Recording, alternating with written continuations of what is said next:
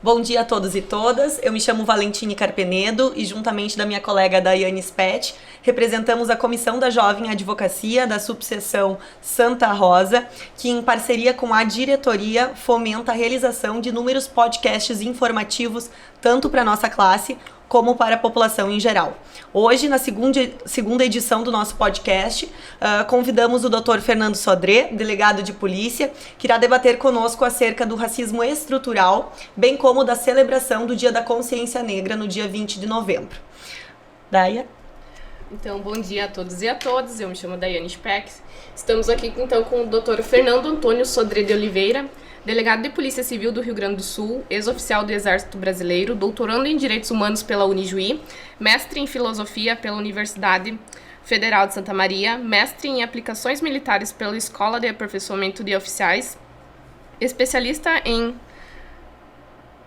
Direito Penal pela Universidade de Caxias do Sul, especialista em Segurança Pública pela PUC, bacharel em Direito pela Universidade de Caxias do Sul, bacharel em Ciências Militares pela Academia Militar das Agulhas Negras do Rio de Janeiro e professor universitário. Seu Dr. Fernando Sodré, é um prazer estar com o senhor nessa hora e vamos fazer algumas perguntas de forma informal. Não sei se o senhor gostaria de falar alguma coisa antes de iniciarmos. Não, gostaria de primeiro agradecer o convite, dar um bom dia a todos e todas que nos assistem ou nos assistirão, né? Possivelmente em seguida. Dizer que é uma honra a gente estar aí, é um tema que a gente tem trabalhado com frequência, né? Não só na academia, mas nos eventos públicos que eu tenho participado. Eu acho que é um tema super importante. E quero já de início parabenizar a subseção da OAB, né, de Santa Rosa, por essa iniciativa que eu entendo que é muito importante. Acho que esse tema tem que ser debatido, tem que ser levado à população, às pessoas e às categorias profissionais para que a gente possa realmente discutir isso, como eu digo sempre, com serenidade, mas com a clareza que o tema exige. Então, para dizer que é um prazer e estamos à disposição de vocês aí para esse debate. Tá certo, então, como uma das primeiras perguntas, seria qual o significado da consciência negra e por que ele é celebrado no dia 20 de novembro? Bom, é importante a gente falar da consciência negra, tem algumas dimensões importantes desse conceito. E antes de dizer que o Rio Grande do Sul tem um papel fundamental na definição do Dia da Consciência Negra em nível nacional. Primeiro, o Dia da Consciência Negra foi criado com uma ideia de conscientizar não só as populações negras, mas negros e brancos, obviamente, sobre as questões que envolvem o problema da escravidão, que envolveram o problema do colonialismo no Brasil, que envolve uma criação de uma consciência de classe, vamos dizer assim, em relação aos negros, não só da opressão que eles sofreram, mas inclusive da própria participação deles na construção do Brasil enquanto país.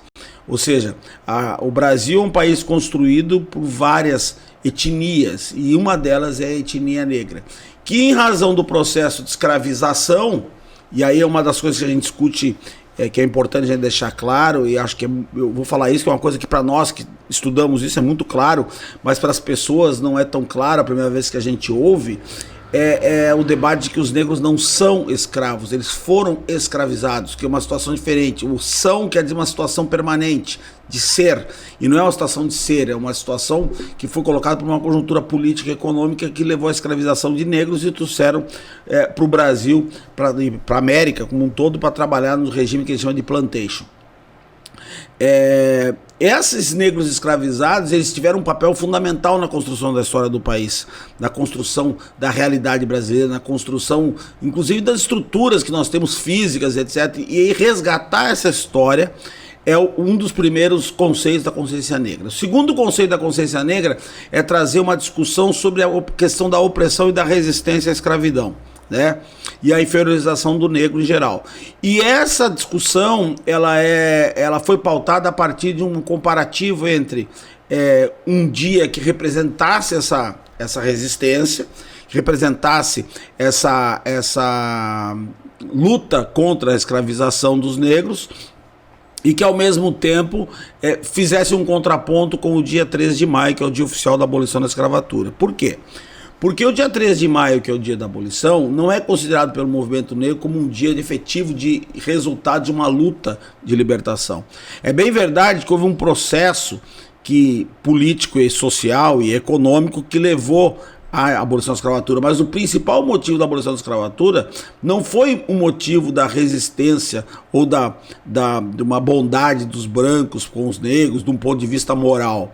Foi, na verdade, uma questão de uma mudança de um sistema econômico pressionado em nível internacional pela questão da mudança da Revolução Industrial e uma série de conceitos a partir de várias insurreições, também revoltas e etc., que culminou com o dia 13 de maio. E há quem diga, inclusive, que o dia 13 de maio precipitou a queda, e eu não tenho muita dúvida disso, para dizer a verdade, uma pressão e uma queda da monarquia no Brasil em razão da insatisfação da elite com a questão da emancipação dos negros e a libertação da escravidão em si.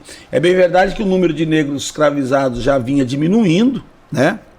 Principalmente depois que em 1850 que terminou o tráfico negreiro e outras coisas mais, mas mesmo assim era ainda do ponto de vista econômico, do ponto de vista... E não podemos esquecer que o escravismo era um sistema econômico, tá?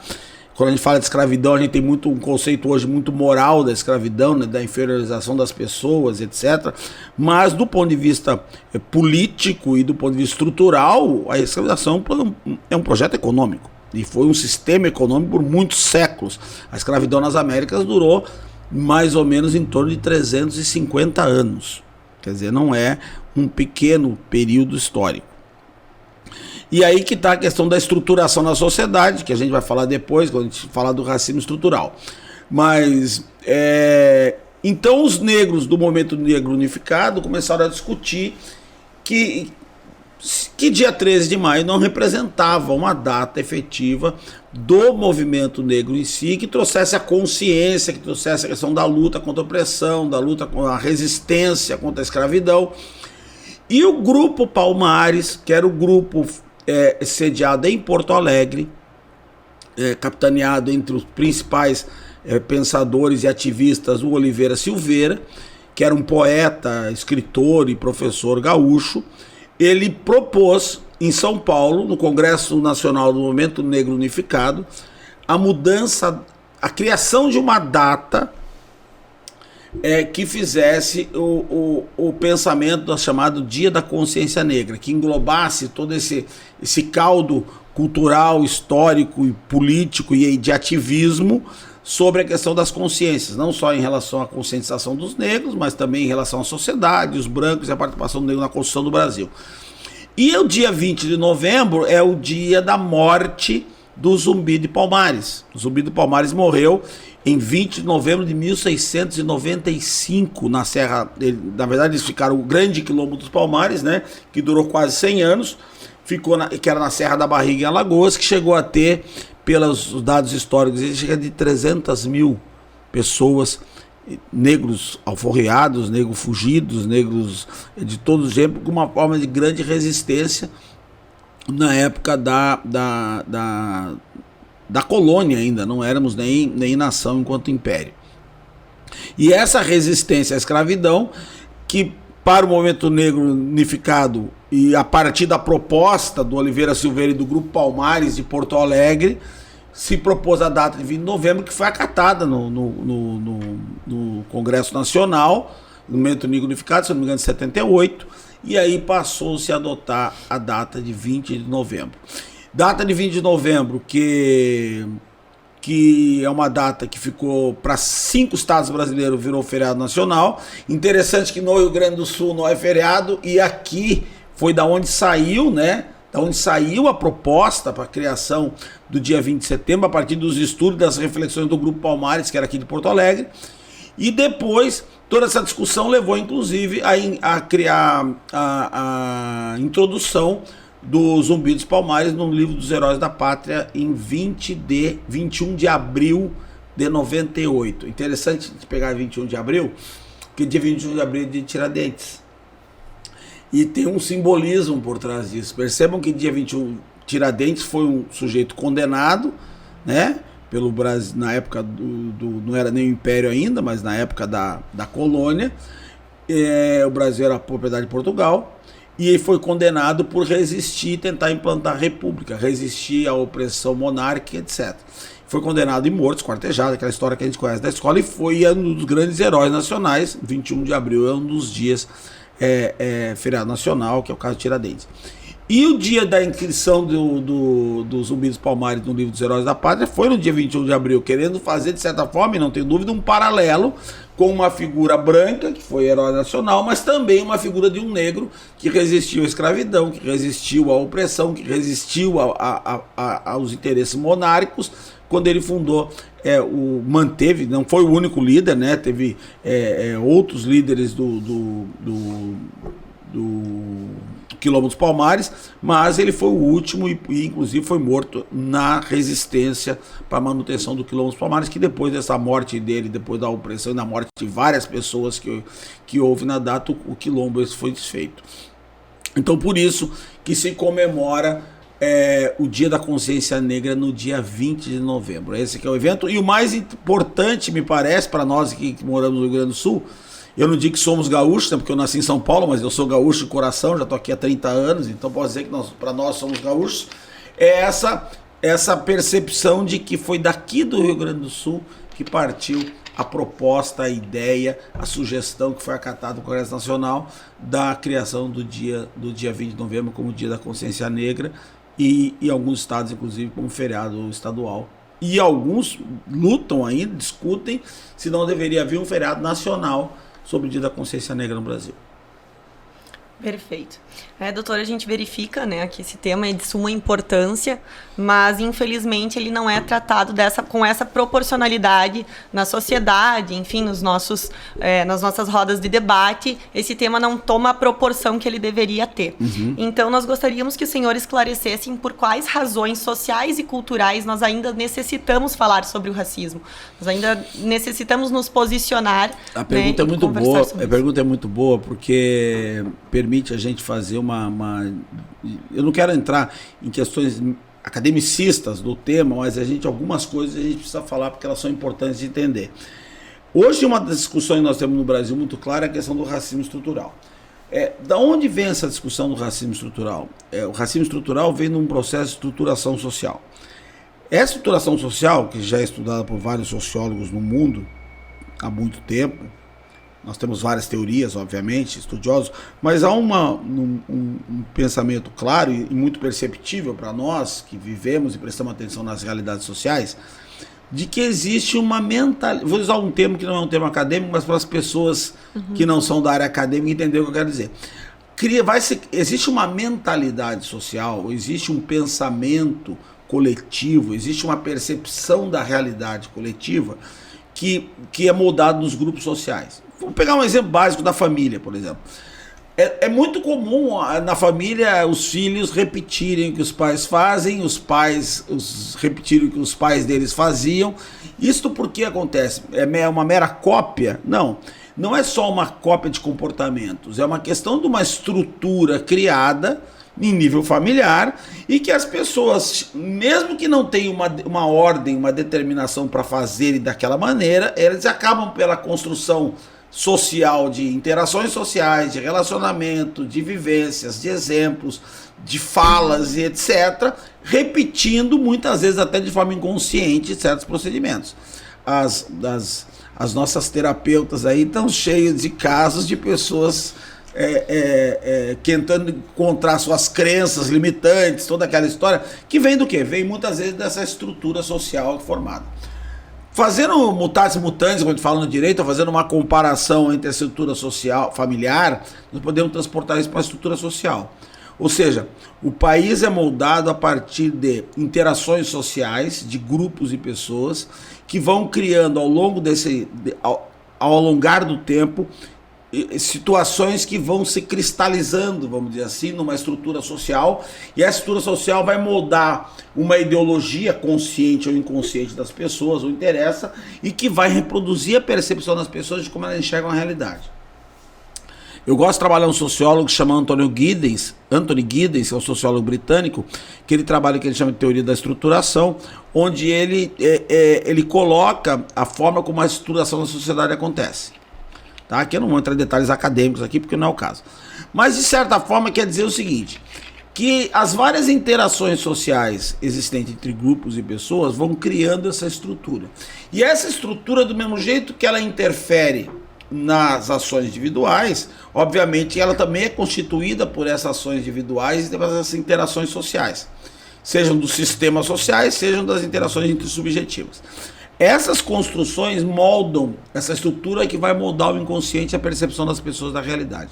Então percebam que num sistema econômico que já tem um poder de constituir realidades muito forte. Por quê? Porque as trocas econômicas das realidades, isso estuda em economia política, as trocas econômicas das realidades vão moldando as necessidades das pessoas. As pessoas lutam e vivem a partir dessas realidades também. Não é a única, obviamente, consultora da realidade, mas é uma forte consultora da realidade. Num sistema onde um processo de escravidão durou 350 anos, onde nós tínhamos isso de escravidão, fora os processos de segregação racial que a gente pode discutir depois. E alguns oficiais, outros não oficiais, né? No caso oficiais, eu digo o país onde a segregação foi oficial, tipo os Estados Unidos, né? Mas não oficiais, como vários países onde tiveram sistema de escravidão. Esse sistema de escravidão, passando de 350 anos, onde havia uma inferiorização do negro, fruto da posição social que ele ocupava, né? Que para todos os efeitos ele era coisa, era um ser movente, como a gente fala no direito, ou seja, era propriedade de alguém, vendido como mercadoria, independente de ter todos os desejos, vontades, etc., de qualquer pessoa, mas tratado como inferior. Essa previsão de 350 anos não é num ato jurídico formal de abolição em 88 que iria mudar a ideologia das pessoas e a percepção das pessoas da realidade, mas podia ter até acentuado os ódios, porque pensem em alguém que é detentor de 1 milhão de escravos, de 500 mil escravos, etc., que é um patrimônio dele, de um dia para o outro, por um ato jurídico, a pessoa perde toda aquela propriedade economicamente falando. Então não estou nem avaliando a questão moral, que é indiscutível, mas a questão da economia. Isso deve ter gerado uma série de problemas, como gerou. Então essa estrutura social leva à criação de um processo estruturante da sociedade. E no Brasil, essa estruturação social ela foi talhada a partir dos movimentos criados, entre eles, da escravidão e do colonialismo, e aí, obviamente, da inferiorização de negros em relação a brancos, e essa é a tônica do que a gente chama de racismo estrutural. Por quê? Porque o racismo estrutural não é o racismo interpessoal. Lógico que o racismo interpessoal faz parte do racismo estrutural, mas é o racismo que está nas estruturas sociais, é o racismo que está na percepção das realidades e que levam à inferiorização de grupos de negros em privilégio e escolhas em detrimento ao grupo de brancos. Qual é o efeito disso na prática social? O efeito disso na prática social é, por exemplo, tira uma foto do Tribunal de Justiça de São Paulo, por exemplo, e nós temos no Brasil declarados entre negros e pardos 56% da população, e você tem 350 desembargadores, por exemplo, tu não tem um mulato que seja, não estou falando nem preto retinto, vamos dizer assim, estou falando mulato, um moreninho, como a gente usa o termo no popular, quer dizer, alguma coisa tem nessa estrutura, e aí tem a questão da estruturação social, tem a questão da mobilidade social, ou seja, outro dia eu dei uma palestra numa cidade da região aqui, e fiz questão de encerrar a palestra mostrando uma foto do Morro da Providência. O Morro da Providência foi a primeira favela do Rio de Janeiro. Era o morro que foi ocupado pelos escravos logo após a abolição. É bem verdade que ela não começou dia 13 de maio, aboliu, aí vamos todo mundo ao Morro da Providência. Não foi isso. O morro já vinha escravos que tinham sido aforreados, escravos filhos de escravos que não eram mais escravos por causa da lei do ventre livre, mas não tinham de viver, então os escravos foram migrando, mas a ocupação mesmo forte do morro e logo depois da abolição da escravatura. Tu tira uma foto de 130, 140, 150 anos atrás, hoje está lá o morro, maior do que era, obviamente, mas está lá no mesmo lugar, com as mesmas dificuldades, com as mesmas questões. Então, você vê que essa questão da estrutura social, ela tem uma influência muito grande na questão da percepção da realidade das pessoas, na mobilidade social e, aí sim, na questão do racismo. Então, o racismo do ponto de vista, agora falando um pouco mais teoricamente, não é só aquela manifestação interpessoal. Eu não quero atender negro. Não entra aqui que você não sei o que. Seu negro sujo, seu judeu não sei o que. Não é só isso. Isso é a manifestação que a gente chama do racismo na dimensão individual, na concepção individual, ou seja, nas relações interpessoais. Quando a gente fala de racismo, a gente fala do racismo na relação individual. Ele é um racismo que a gente chama de racismo individual, que é racismo e intersubjetividade, ou seja, é a manifestação intersubjetiva das pessoas. Mas nós temos o racismo na esfera institucional e o racismo na esfera estrutural. Na esfera estrutural nós estamos falando de economia, estamos falando de mobilidade social, nós estamos falando de estruturas sociais, estamos falando de política, estamos falando de poder, estamos falando desta dimensão, que é uma dimensão estruturante da sociedade. E na dimensão estruturante da sociedade, a questão da inferiorização do negro foi um dos fatores fundamentais, porque nós vivemos um processo de 350 anos de escravidão. Como é que tu vai desconstruir isso? Que seria a pergunta, a segunda parte da pergunta, né? Há necessidade, primeiro, de conscientização. Eu acho que não tem como a gente escapar de um processo de que as pessoas percebam que isso é real, né?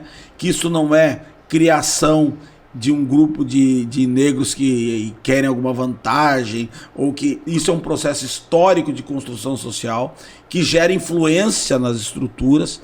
E se as pessoas fizerem uma análise, eu costumo comentar assim com as pessoas quando falo em alguns eventos, palestras, etc. Eu falo para as pessoas, se as pessoas têm fazer um exercício, né, assim, com idoneidade intelectual, vai no shopping, pega um shopping pega qualquer lugar no Brasil, vamos pegar o exemplo de Porto Alegre, que é o mais perto de nós aqui. Vai no shopping Guatemi, que é o shopping de classe média alta, vamos dizer assim, em Porto Alegre. E depois, se tu quiser num outro shopping mais popular, também pode fazer o mesmo exercício, tu vai perceber. Ou no shopping Barra Sul, que são shoppings em uma situação socioeconômica melhor, você anda pelo shopping, se você prestar atenção, você vai ver o seguinte, presta atenção nas pessoas que estão saindo das lojas, estão comprando, estão entrando, que estão nos restaurantes jantando, almoçando, né? Perceba assim, olhe a cor da pele das pessoas. Que estão entrando em lojas muito boas, lojas melhores, piores, mas lojas todas de um certo nível. Depois você faça o mesmo exercício no mesmo shopping, no mesmo lugar, e presta atenção nas pessoas que estão limpando, que estão na cozinha, que estão atendendo, que estão na segurança, que estão no atendimento da lanchonete, que estão no atendimento do... Você vai perceber que existe uma separação racial no Brasil em razão do quê? Em razão dessa estruturação social. E usando um termo do Max Weber, há uma estratificação social muito grande que com uma mobilidade social menor ainda. Então as pessoas continuam estratificadas na posição social que eles estavam.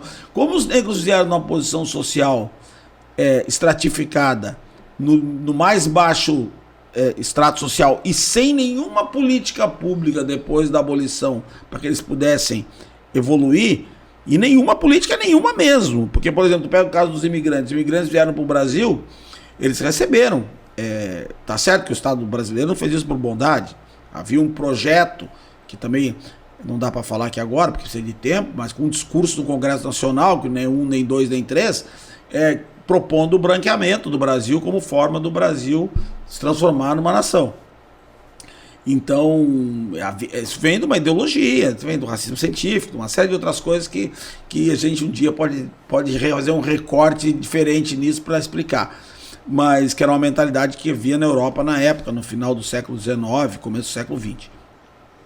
Então, essa mentalidade criou uma proposta que politicamente ajudou os imigrantes, e que não houve a mesma situação em relação aos negros quando veio a abolição da escravatura. Muito pelo contrário, veio toda aquela pressão, aquela carga emotiva de raiva, de inconformidade, que se dirigiu para a estrutura social, mas principalmente para os negros alforreados, que eram, e a maioria deles ficou aí, alguns ficaram com seus senhores, como diz, aqueles que eram melhor tratados, até ficaram por uma questão de sobrevivência, e os que não tinham condições de permanecer ou não quiseram, migraram para essas posições, como Morro da Providência e outros lugares ao longo do Brasil todo. Então, isso é uma história que está muito presente ainda. O Brasil foi o último país a abolir a escravatura, em 1888, né? E pegando um exemplo dos Estados Unidos, só para a gente alguém vai falar assim, não, mas o racismo nos Estados Unidos não é exatamente igual ao do Brasil. Não é exatamente igual, porque nós tivemos lá a segregação racial oficial, né? Mas nós não temos segregação oficial no Brasil, mas nós temos uma segregação, houve uma segregação espacial, geográfica e ideológica muito clara, né? Tanto que depois da abolição os negros no Brasil não tiveram nenhum tipo de apoio. Mas pegando os casos dos Estados Unidos saiu da abolição da escravatura e em seguida começaram as chamadas leis de Jim Crow, aquelas leis oficiais de segregação racial nos Estados Unidos. Aí as pessoas pensam assim, mas isso durou pouco tempo, né? Porque foram 350 anos de escravidão, 1865 aboliu a escravidão nos Estados Unidos, por pressão da colônia britânica. Bom, e aí em 76 a abolição, declaração da independência dos Estados Unidos, 11 anos depois. E aí a gente pensa assim, não, a segregação das leis de Jim Crow deve ter sido rápido. As Jim Crow duraram de 1865, lógico que eram leis estaduais, começaram a surgir, né?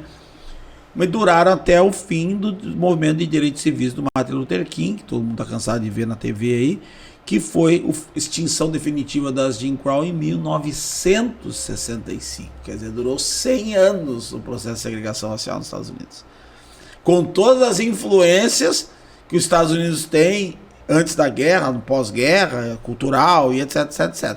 Sem contar que hoje tem filósofos discutindo uma terceira onda, filósofos, estudiosos, sociólogos discutindo uma terceira onda da segregação racial nos Estados Unidos, que eu não vou entrar aqui na discussão também agora, porque não dá, que seria o processo de criminalização via sistema carcerário norte-americano.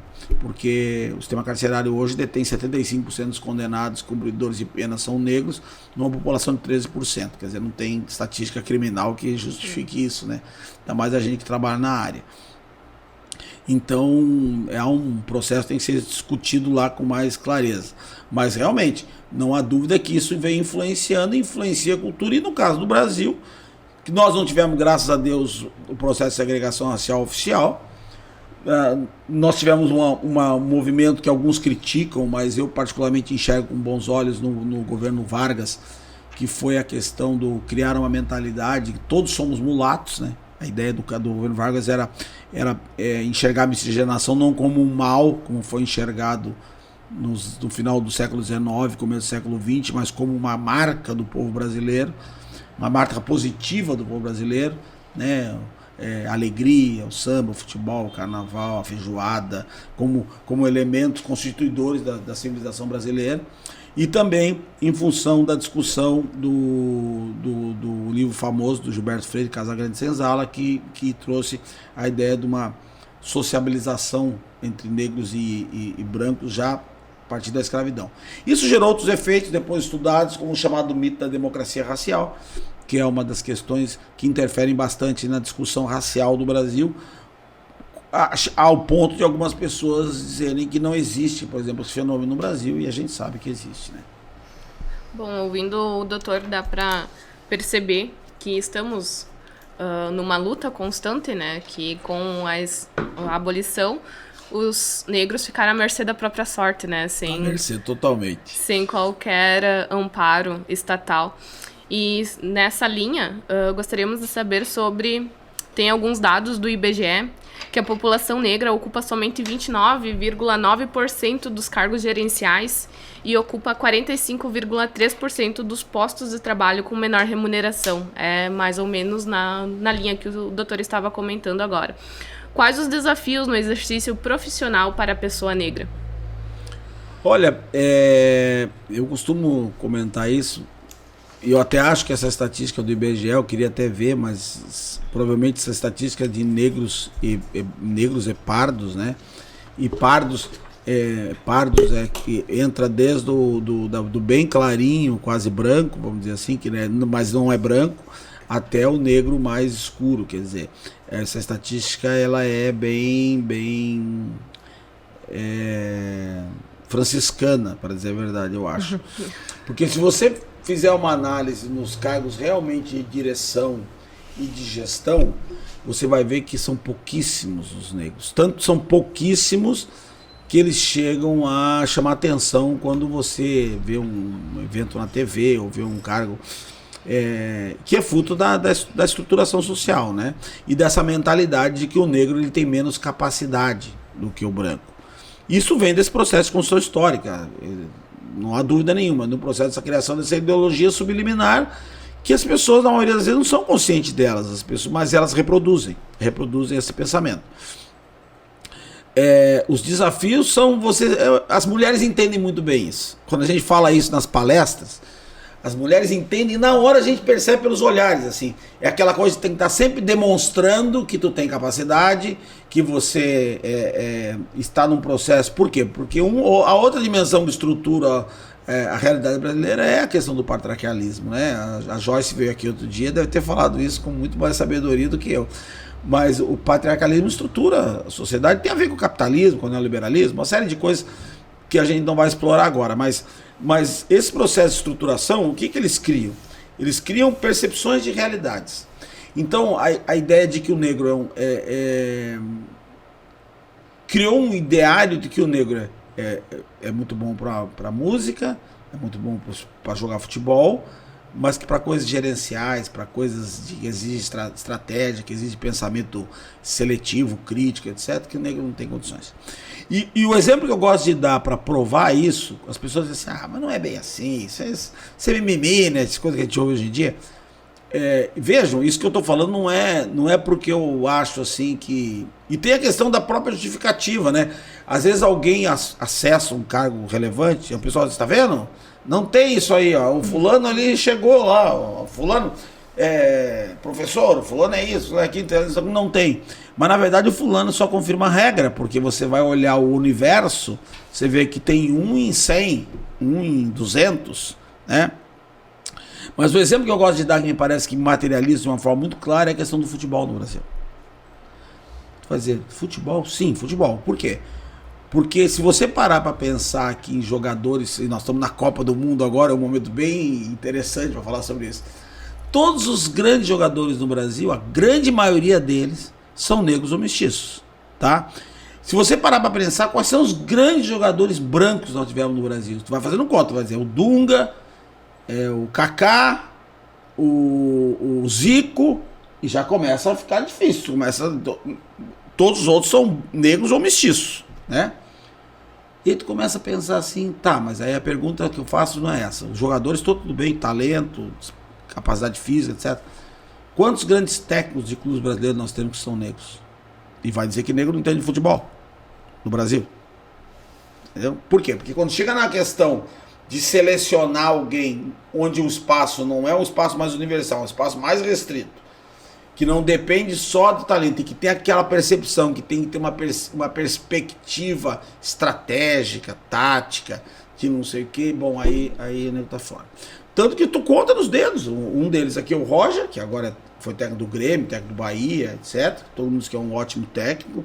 Nós tivemos 2 técnicos famosos no Flamengo, ou no Botafogo, o Cristóvão, não sei se o Botafogo ou no Flamengo, Cristóvão, e o Amarildo, o Atílio, que foi no Flamengo. Os 2 foram campeões e foram demitidos dos clubes logo depois. Quer dizer, o Hélio dos Anjos, eu me lembro aí, que foi técnico do Goiás, e acabou, e não tem, vai pensando aí, vocês não acham. Por que disso? Porque quando chega, é a questão da estrutura, é a questão do pensamento de que, bom, ele é muito bom, ele tem uma carreira nisso, mas na hora que eu precisar de um sujeito com nível estratégico, ele não vai ter condições, entendeu? Quer dizer, mesmo que ele tenha liderança, que ele tenha condições, que ele tenha conhecimento, que ele tenha vivência, que ele tenha tudo, há uma crença. E a verdade tem um livro da Cida Bento muito interessante, que se chama O Pacto Narciso da Branquitude. Ela fala uma coisa bem interessante assim, ó, não é que a gente está dizendo, não é que os movimentos negros estão dizendo que os brancos se reúnem numa sala e diziam assim, vamos sacanear todos esses negros aí dos espaços, não é isso.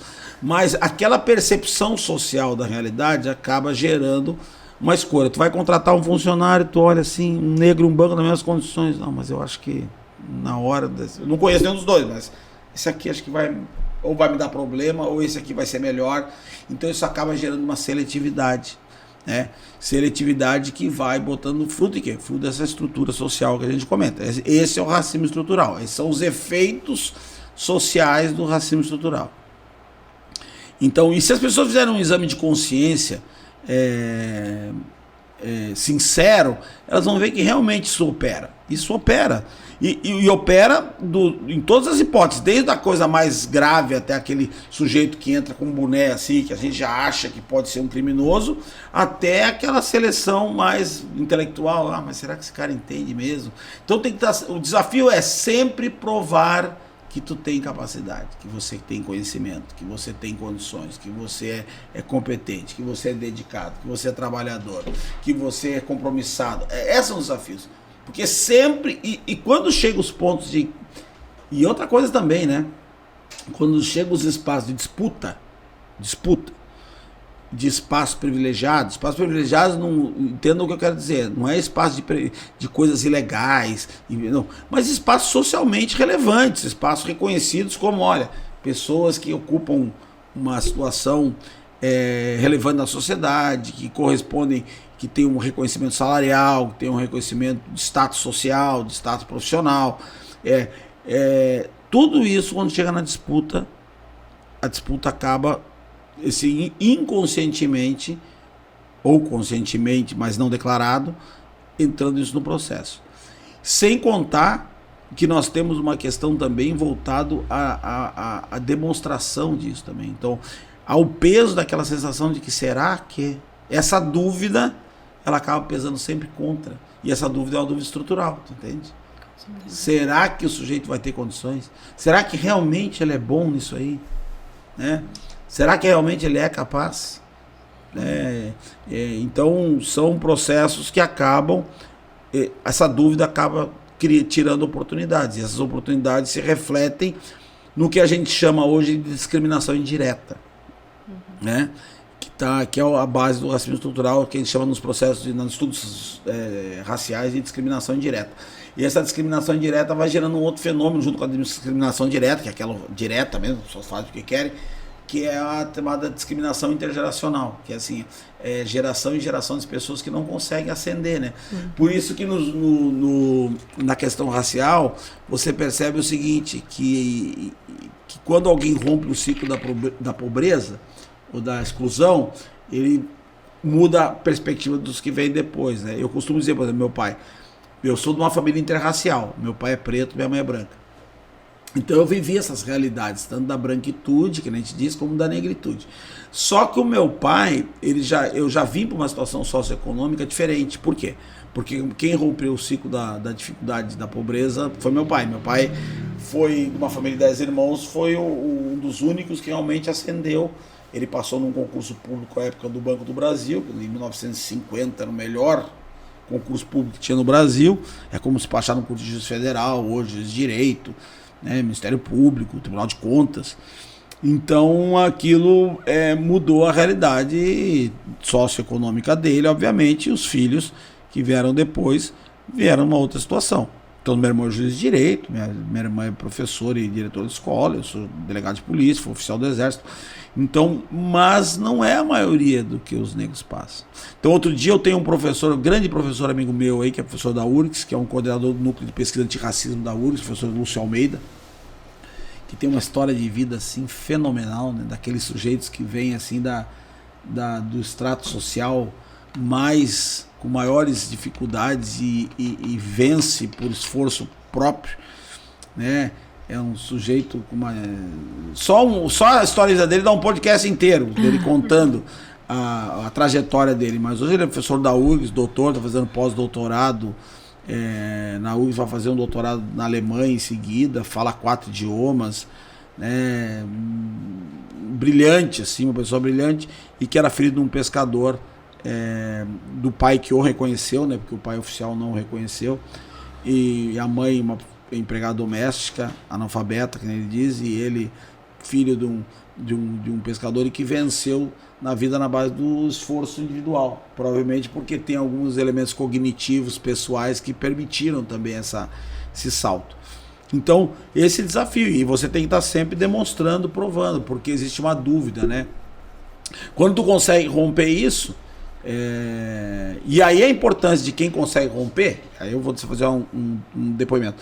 Quem consegue romper essa situação, essa estrutura que a gente está sempre lidando com ela, né? Ela não some assim.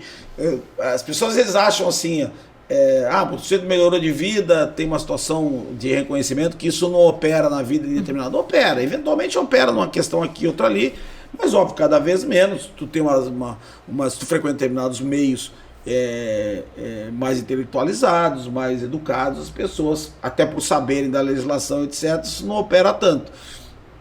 Né? Oficialmente, as claras, assim, pode operar subliminarmente. Eu não vou dar exemplos aqui, mas já aconteceram casos comigo, assim, eu tenho que tomar, dizer pra pessoa assim que, olha, ou você muda o discurso agora, ou eu vou ter que me investir da minha autoridade aqui e tomar uma providência, entende? Mas lógico, cada vez isso vai surgindo menos. Mas eu acho que aí há uma responsabilidade social de quem rompe, de trabalhar no sentido de apoiar não só grupos de pessoas que acenam socialmente, né? E alguns vão dizer assim, não, mas a discriminação não é de raça, é de classe. Também existe discriminação de classe, mas a discriminação de raça, ela está posta desde sempre. Então, se a gente falar que não existe discriminação de raça, e isso contaminou um pouco do debate no Brasil também, porque sempre os movimentos que trabalharam com isso tinham a discriminação de classe como a principal discriminação a trabalhar, e que a discriminação de raça era uma coisa meio subliminar, né? E na verdade tu percebe que mesmo quando você ascende uma situação melhor, vão diminuindo as opressões, né? Óbvio, mas existe uma discriminação de classe. Tanto hoje se trabalha muito o conceito da interseccionalidade por causa disso. Por exemplo, a mulher branca rica não sofre a mesma opressão da mulher negra pobre da periferia, entende? Por quê? Porque são opressões que se somam, né? E se aglutinam, vamos dizer assim, e aumentam o grau de opressão. Mas, terminando a pergunta, assim, o desafio é esse. O desafio é que você sempre está demonstrando, ou seja, você não pode dizer assim, não, para mim tá tudo calmo aqui, cheguei num ponto, tá tudo bem. Não, você tem que estar sempre naquela comprovação permanente de que realmente você está ali por méritos, né? E outra coisa, e a questão das cotas, por exemplo, que as pessoas discutem muito, as cotas é um espaço de naturalização do negro nos espaços, não um espaço de privilégio, muito pelo contrário, é um espaço de recomposição de uma estrutura minimamente para poder equilibrar um pouco essa questão do racismo estrutural e desses espaços de exclusão historicamente construídos, né? Exato, né, professor? Quando a gente verifica em relação à ocupação desses locais de privilégios, a gente vê que muitas vezes, e nós como um todo, atribuímos apenas a capacidade. Então, tendo ou não capacidade, essa pessoa poderia estar nesse local. Quando a gente sabe que todos nós não saímos do mesmo local de partida, ou seja, não depende apenas da capacidade individual de cada um, de cada negro ou cada negra, mas sim de toda a formação histórica, né? Então, toda a digressão que nós temos que fazer é histórica para verificar que não saímos do mesmo local. Então não pode ser atribuído esse local de privilégio apenas pela capacidade do negro ou da negra. Não, vai muito além disso tudo. Vai muito além, quer dizer, na verdade a internet revela umas coisas bem interessantes às vezes, né? Tem um desenho muito comum que sempre aparece quando se fala de igualdade, quando se fala de igualdade por equidade, principalmente. Eu gosto muito do John Rawls, né, que é um filósofo americano, de um liberalismo igualitário, como ele usa. Eu acho que eu sou liberal, né? Só que eu acho liberal no sentido de que a gente tem que ter as liberdades públicas, de que a liberdade de empreender, a liberdade não sei o quê, mas uma liberdade que permita as pessoas terem um ponto de partida mais coerente, mais próximo, né? Então, quando a gente fala de igualdade como equidade, tem um desenho que mostra assim as pessoas olhando. Você já deve ter visto isso, pessoas olhando no estádio, um jogo de futebol assim. Então tem um pequenininho, tem um metro e um bem alto. E aí embaixo os banquinhos, ou seja, os caixotes que as pessoas ficam em pé em cima.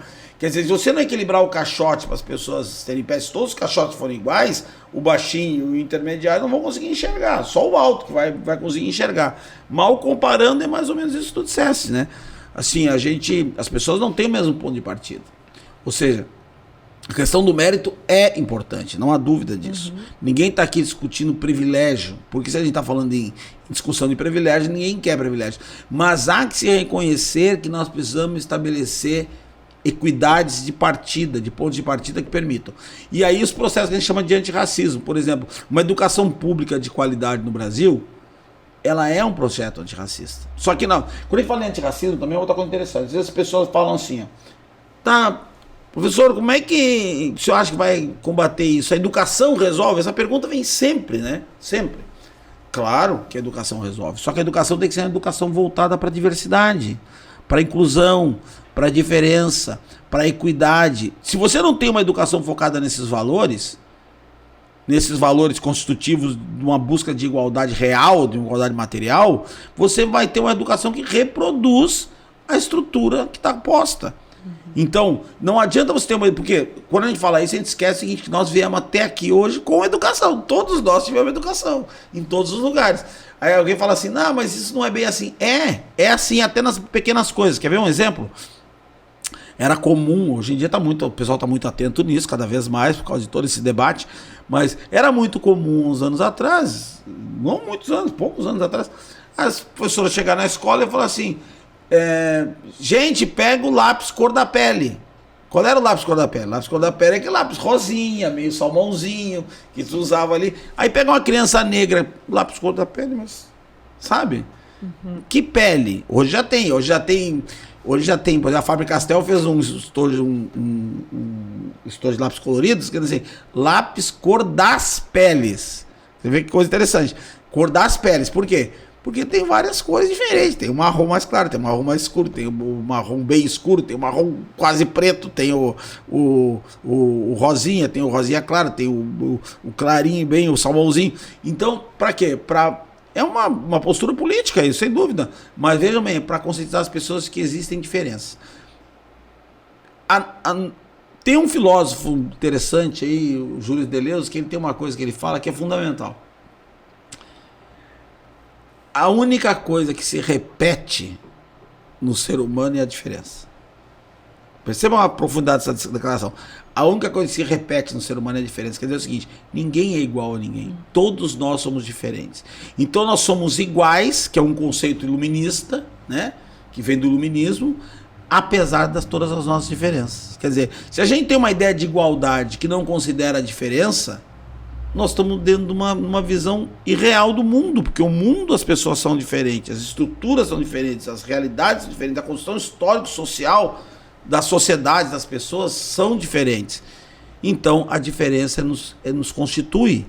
E nós precisamos entender que essa ideia de padronizar, ou de igualar, ou de uniformizar, ela é uma ilusão. Uma ilusão do intelecto, uma ilusão da ideologia, porque, na verdade, nós não somos iguais. Né? Seja em oportunidade, seja em cor da pele, seja lá no que for. Então a educação tem que incluir esse processo de entender a diferença, entender a igualdade a partir da diferença, e não a igualdade como um elemento a ser buscado e que tu nunca vai atingir, porque não tem como atingir.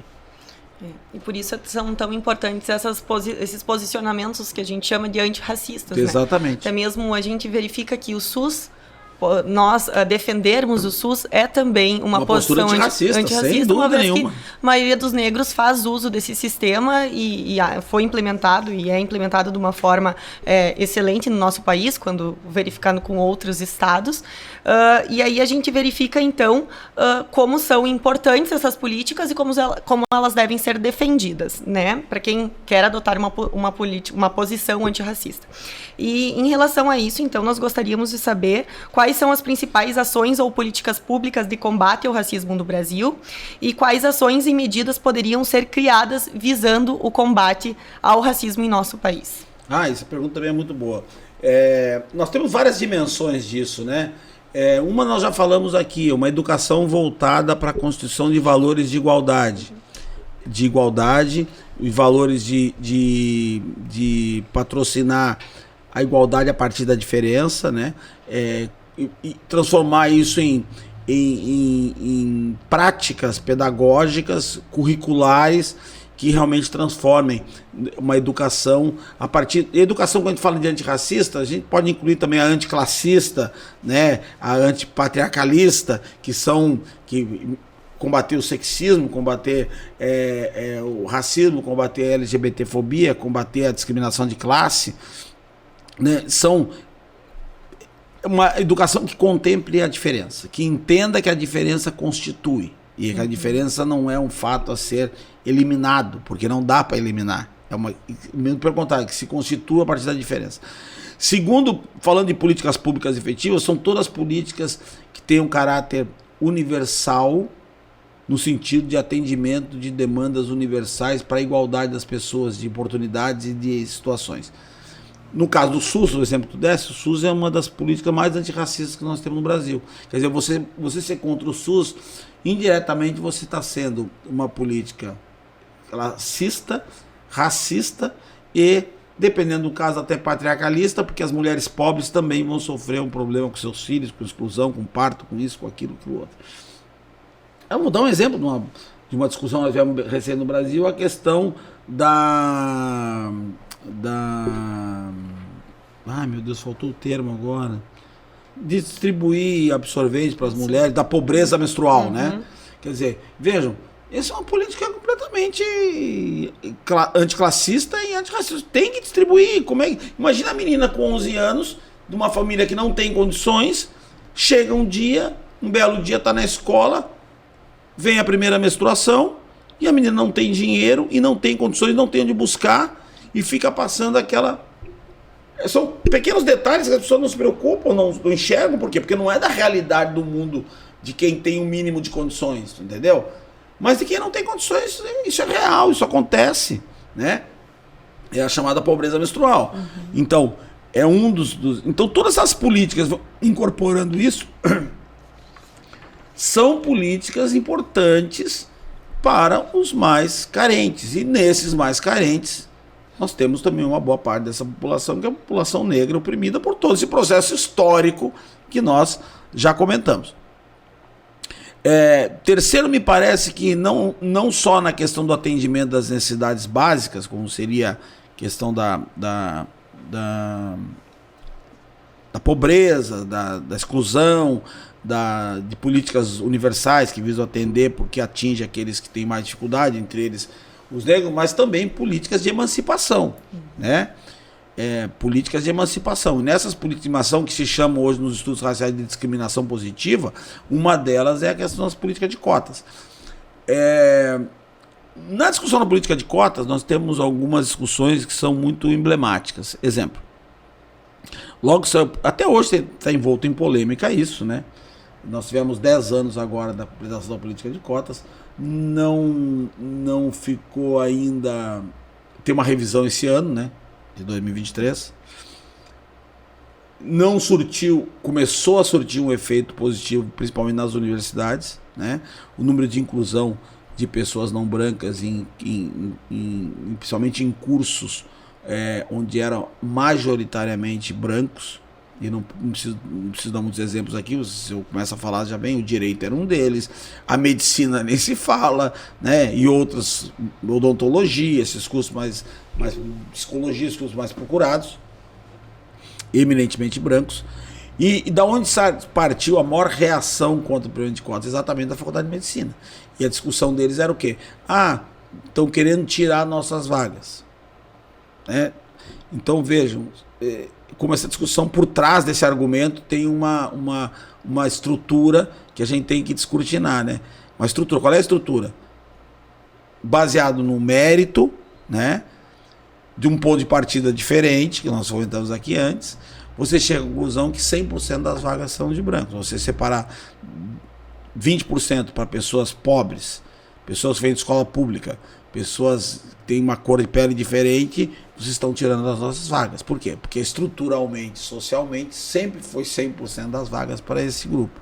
Então, quando você vem aqui, vamos fazer uma política pública aqui, vamos fazer um recorde de 20%. Aqui nesses 20% vamos incluir classe e raça, né? Com alguns requisitos, obviamente, para poder a gente oportunizar para alguns grupos que não têm o mesmo ponto de partida destes a oportunidade de chegar lá. E vejam, a reação, vocês não precisam nem dizer, todo mundo já viu. Então isso é o quê? Isso é fruto da manutenção da estrutura. Ou seja, a estrutura que gera uma percepção da realidade, que a realidade é aquela, e aí os argumentos vêm. O Michael Sanders tem um livro muito bom que ele fala da tirania do mérito, né?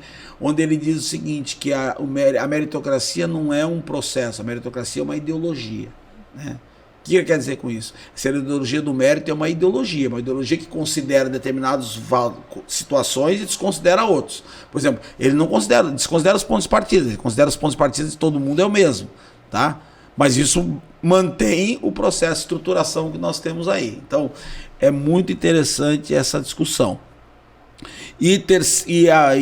Um exemplo é a política de cotas, né? Mas tem outras.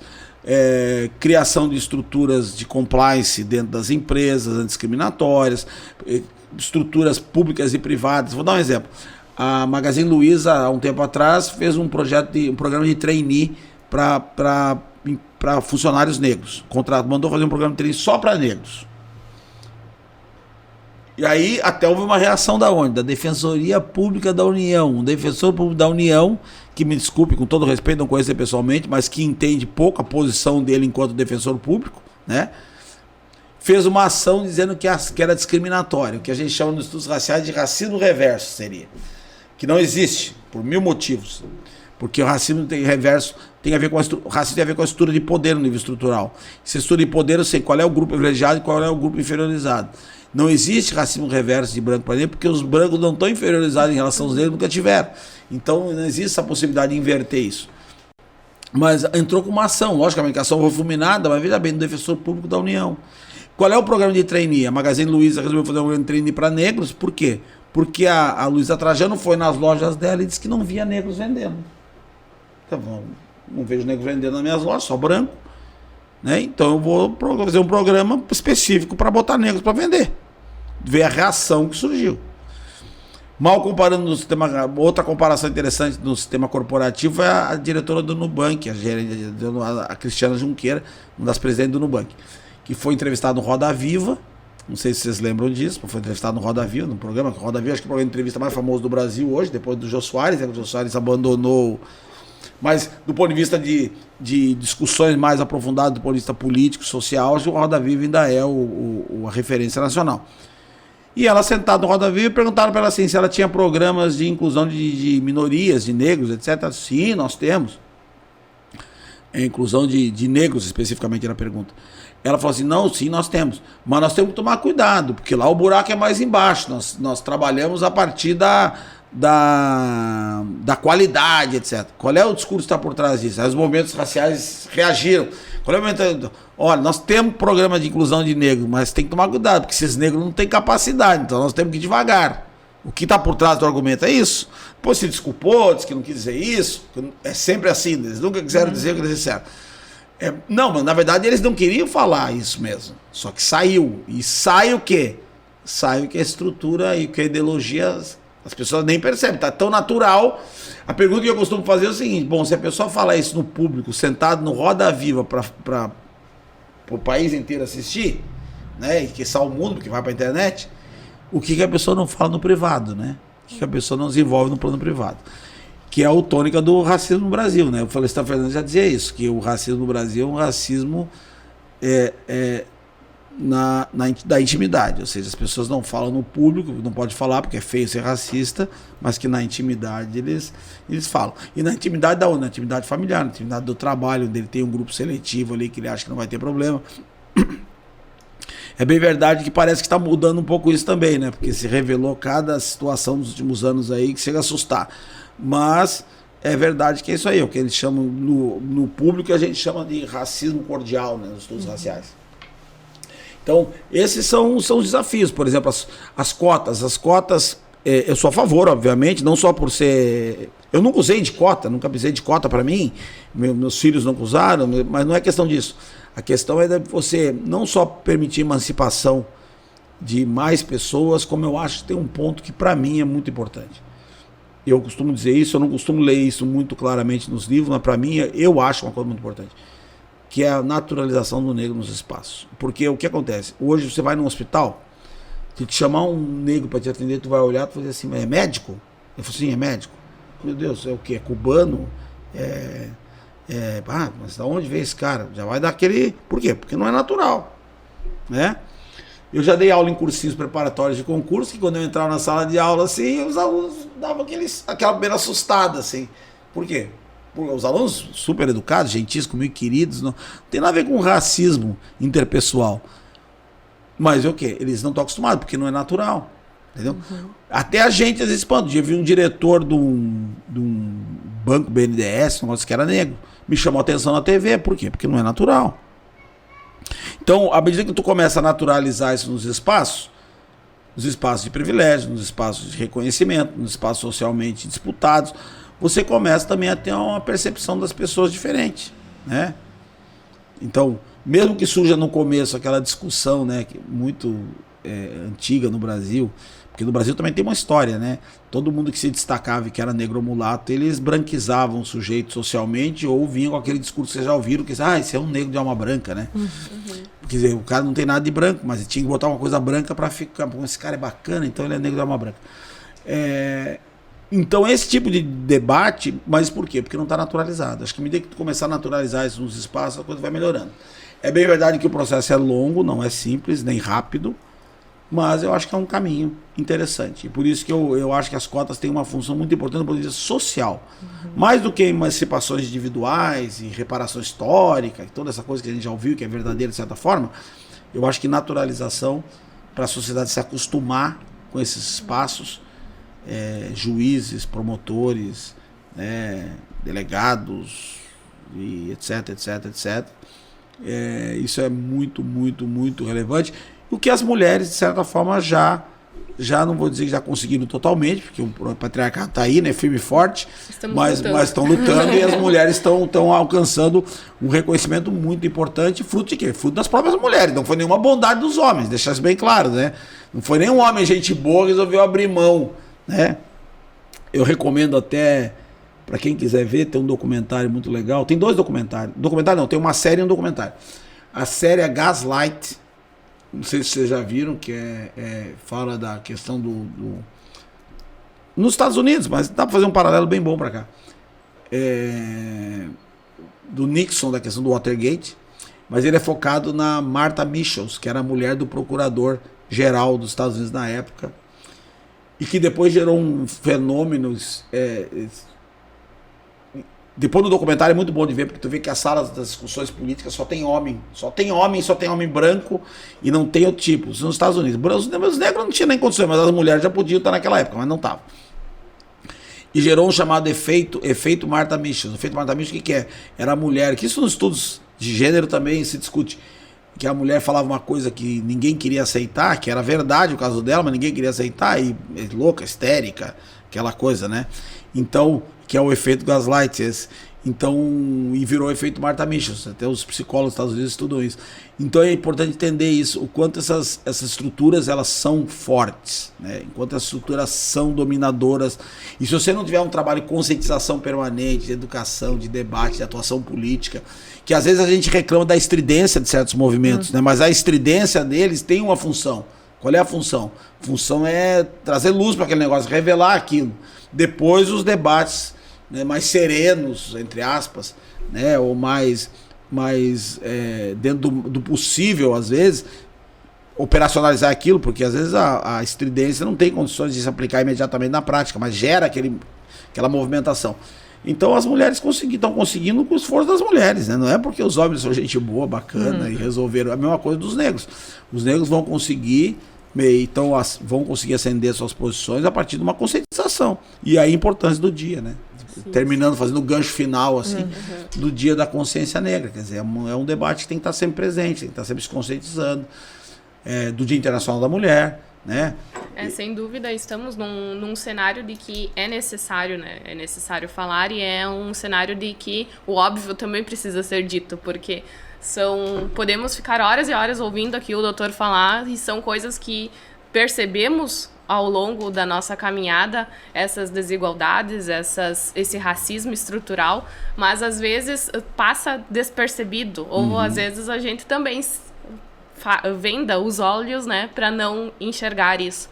Então, óbvio também precisa ser dito, e infelizmente, no decorrer da hora, em razão da hora... Acho que até passando da hora, né? A sensação que eu tenho. Poderíamos ficar aqui horas e horas, mas eu gostaria de lhe agradecer a presença, agradecer o que o senhor nos transmitiu hoje. Sem dúvida foi uma manhã muito proveitosa, de vários conhecimentos e reflexões, que agora a gente vai passar o dia refletindo sobre o que foi dito, né? Desculpa, doutor. Não, pode falar, por favor.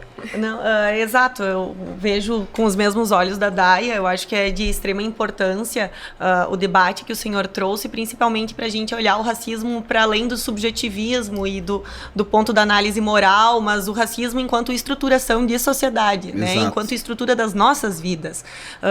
Antes de vir para cá, ontem, na realidade, eu verifiquei, vi uma notícia do Estadão que, quando estavam contando acerca do... Oportuníssimo isso que você vai falar agora. Isso, de uma chacina que ocorreu no Espírito Santo, em que um jovem adentrou uma escola, faleceu três estudantes e vários ficaram feridos, e era um homem branco, né, menor de idade, com uma suástica no braço, e o jornal, então, do Estado de São Paulo retratou como uma mão negra empunhando uma arma para contar esse episódio. Então, a gente vê como esse racismo já vem estruturado em nossas cabeças de uma forma completamente rasteira, né, que talvez ele nem, o redator, enfim, nem se atentou àquilo, quando provavelmente na verdade, não se atentou, né? Mas a imagem que ele tem de um crime é aquilo ali. Exatamente, então a imagem, ao invés de retratar uma violência, é uma violência, né, aquela imagem de uma mão negra é uma violência. Então, isso, eu tenho um exemplo que eu também dou nas minhas palestras, quando eu falo de racismo e criminologia positiva, criminologia positivista, né? A influência disso no sistema de segurança pública, nos sistemas judiciais, etc. Eu tenho uma foto da Polícia de São Paulo que eu guardei, que era uma foto assim de um... Não cai em golpes, tá? Não cai em golpes. É a mesma coisa do Estado de São Paulo, não cai em golpe, feito pela Polícia de São Paulo, né? Só que quando você olha um rapaz com um boneco com um telefone celular, só que quando você... É um perfil, não tem uma pessoa ali, só o contorno. Mas o contorno é claramente de um fenótipo de um negro, tu entende? Então, assim, ó, provavelmente eles nem se prestaram atenção nisso, mas mostra o quê? Quem escolheu uma imagem, ele nem... Para eles é tão natural aquilo, que ele escolheu uma imagem com um fenótipo negro. É a mesma coisa da mão. O cara... vamos botar uma mão com uma arma aqui, uma pistola e tal. Né? Veja, ele nem se atentou, mas botou aquela mão negra, não botou uma mão branca, que seria compatível com o matador, ou então botar uma mão estilizada, não sei, eu pensar em alguma coisa, botar uma arma, mas é a mão negra que está ali, entendeu? Isso está moldado no inconsciente muitas vezes. A gente pode até pensar, mas será que foi intencional? Eu não quero acreditar que seja, até porque o risco do próprio veículo de comunicação de sofrer representações e indenizações e outras coisas mais, não vale o risco. Mas, e eu acredito que foi mesmo sem intencionalidade, mas mesmo não intencional, tá ali, né? É que tu falou, é perfeito o exemplo para hoje. Então, por isso foi tão importante a presença do Senhor, para nós debatermos, para nós trazermos luz a todas essas questões e verificarmos nós mesmos, enquanto indivíduos, fazer uma autoanálise das nossas posições e se a gente também adota as posições antirracistas. Até né? quanto aos termos, né? Que utilizamos termos racistas inconscientemente. Inconscientemente. É que é tanta coisa que está vinculada, porque está na estrutura, que não me diz, né? Está na estrutura. E é isso que tu falaste, se a gente sair da questão da percepção do racismo como manifestação apenas interpessoal e entendermos o racismo, não quer dizer que a manifestação interpessoal não tem importância, claro que tem, né? Só que isso também constitui estrutura, de certa forma, mas nós temos que entender para além disso, não é só isso. A questão das próprias instituições, eu estou indo agora para um debate agora dia 30, agora quarta-feira, tenho uma fala no primeiro seminário de racismo institucional do Sindicato dos Agentes da Polícia Civil, uma iniciativa do sindicato que me convidou para ir lá falar. Veja, nós estamos discutindo racismo institucional. O que é racismo institucional? É o racismo presente nas estruturas. É aquele do colega que discrimina o outro colega? Não. Também está dentro, mas não é isso. É aquilo que está na estrutura das instituições. As instituições não enxergam a diversidade, as instituições não enxergam o fenômeno racial, as instituições acabam reproduzindo o racismo estrutural inconscientemente. Tem uma série de dimensões que precisam ser debatidas. Quer dizer, essas dimensões, elas precisam ser conscientizadas para que a gente... E se a gente pegar uma analogia com a família, eu acho que a estrutura familiar é uma coisa bem interessante. Veja que o nome é estrutura familiar, né? Quando a gente fala em família, a gente fala estrutura familiar. Mal comparando, dá pra gente fazer um paralelo bem interessante e fica fácil para as pessoas perceberem. Realmente. Meu avô dizia isso. Meu pai também dizia. E eu provavelmente também digo. Agora, doutor, enquanto nós conversamos, eu utilizei um termo racista, trazer luz. De certa forma, eu disse, é importante o senhor trazer luz a esse debate, essas questões. De certa forma, trazer luz, porque o preto, então, o obscuro. É obscuro, o preto, então, tem um Eles usam mais o termo, os movimentos raciais tem uma coisa com clarear, né? Esclarecer, deixar claro. Eu até costumo botar luz, porque eu acho que é o único termo que dá pra usar, não tem outro, né? Eu acho que tu vai ficar tranquila nisso, porque não tem outro termo, né? Se você vai clarear alguma coisa. Então o pessoal não usa clarear, usa colocar luz. Alguns falam assim, não, vamos escurecer a conversa, querendo dizer, vamos trazer para o plano da negritude a conversa, né? Os estudos raciais. Eu acho que a gente tem que ter... Eu vou dizer uma coisa aqui bem importante, que eu acho que assim, o Rio Grande do Sul tem uma fama de ser um estado, por alguns aí, racialmente difícil, ou racista, etc. Na verdade, não é o estado do Rio Grande do Sul que é racista. A estrutura social no Brasil, ela veio de uma construção a partir de um sistema de racismo estrutural. Mas eu acho que o Rio Grande do Sul até é um estado muito interessante, porque nós, apesar de toda essa discussão que tem no Rio Grande do Sul, veja bem, nós já elegemos um governador negro, nós já elegemos um governador índio, nós já reelegemos um governador agora que é declaradamente homossexual, e isso me parece coisas que nós estamos para ensinar para os outros ainda, para os outros estados. Então eu vejo isso como uma coisa fantástica. E vou dizer mais, vejo como uma questão fantástica, então, quer dizer, o mais importante de tudo é a consciência. Ou seja, a Bahia, com todo o respeito que eu tenho à Bahia, com toda a ancestralidade da Bahia, etc., nunca consegui eleger um negro lá. E tem 70% da população quase de negros na Bahia. Então veja, será que os negros da Bahia têm a consciência necessária do processo? Será que a estrutura lá está operando também? Claro que está. Então nós precisamos nos conscientizar cada vez mais. Acho que a consciência e serenidade nesse debate, né? A gente tem que entender, eu procuro debater isso de uma forma, um misto entre serenidade, vivência e pensamento crítico, né? E científico também sobre o tema, para que a gente não fique naquela coisa só do testemunho. O testemunho ele é importante, mas o testemunho ele ganha muita relevância a partir do que a gente entende como essas coisas funcionam do ponto de vista acadêmico, científico, etc. Então, acho que a mescla do testemunho com o estudo científico disso, com a percepção da realidade disso, com as pessoas conseguirem perceber que isso existe de verdade, e se as pessoas fizerem uma análise sincera, né? Eles vão perceber que isso aí está operando e eles sabem, é só prestar atenção na família, no que o avô dizia, no que a avó dizia, é só prestar atenção, entendeu? Olhar para a sociedade, olhar esse momento, por exemplo, do shopping center, que eu faço esse exemplo. Então são coisas que se a pessoa tiver um pouco de sinceridade, não, eu vou prestar atenção mesmo nisso, a partir de agora eu vou dar uma olhada. E prestar atenção, ele vai ver que tem uma estrutura que acaba gerando grupos para uma posição social e outros grupos para outros, enquanto grupo, né? E por isso que é importante a conscientização, porque nós precisamos ir para além da questão interpessoal, né? Nós precisamos ir para além, nós precisamos pensar nisso enquanto sociedade. E para pensar enquanto sociedade, nós temos que pensar nas estruturas sociais. Para pensar nas estruturas sociais, nós precisamos construir isso que está estrutural aí. É lógico que se estruturou 300, 400 anos de escravidão e discriminação, não vai ser em 10 anos que nós vamos mudar, mas nós precisamos começar. Né? Um dia nós temos que começar. E por isso que as mulheres também são um bom exemplo para nós, porque as mulheres vieram num problema de construção estrutural patriarcal de, sei lá, muitos milênios e estão conseguindo, nas sociedades democráticas particularmente, fazer essa mudança de chave e as pessoas vendo que não, que é importante. E hoje já tem uma percepção até diferente de que as mulheres, em muitas funções que eram eminentemente masculinas, desempenham tão bem, ou muitas vezes, na maioria das vezes, até melhor do que os homens, por uma série de atributos que as mulheres têm, né? Então, eu acho que isso é importante, essa busca da igualdade real, da igualdade material. Acho que é isso que é o ponto final assim, do nosso debate. Por trás de tudo isso, não tem a ver com raça, não tem a ver com privilégios, tem a ver com uma questão humanitária que transversa essa discussão e que é muito importante para uma sociedade harmônica e realmente igualitária.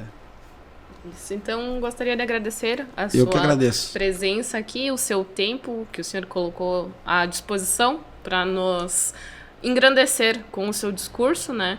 E que sejamos mais humanos, né? E possamos, Exato. então, buscar essa igualdade que é tão almejada pela nossa sociedade. Muito obrigada, eu gratidão. que agradeço mais uma vez, dizer para mim que é um prazer, sempre que me convidarem eu virei feliz, e dizer da oportunidade de vocês, dar os parabéns para a subseção da Ordem AB de Santa Rosa, dizer que esse trabalho é importante, esse trabalho é relevante, continuem, que nós precisamos de espaços democráticos de debate como o de vocês aqui. Tá? Muito obrigado. Obrigada, doutor.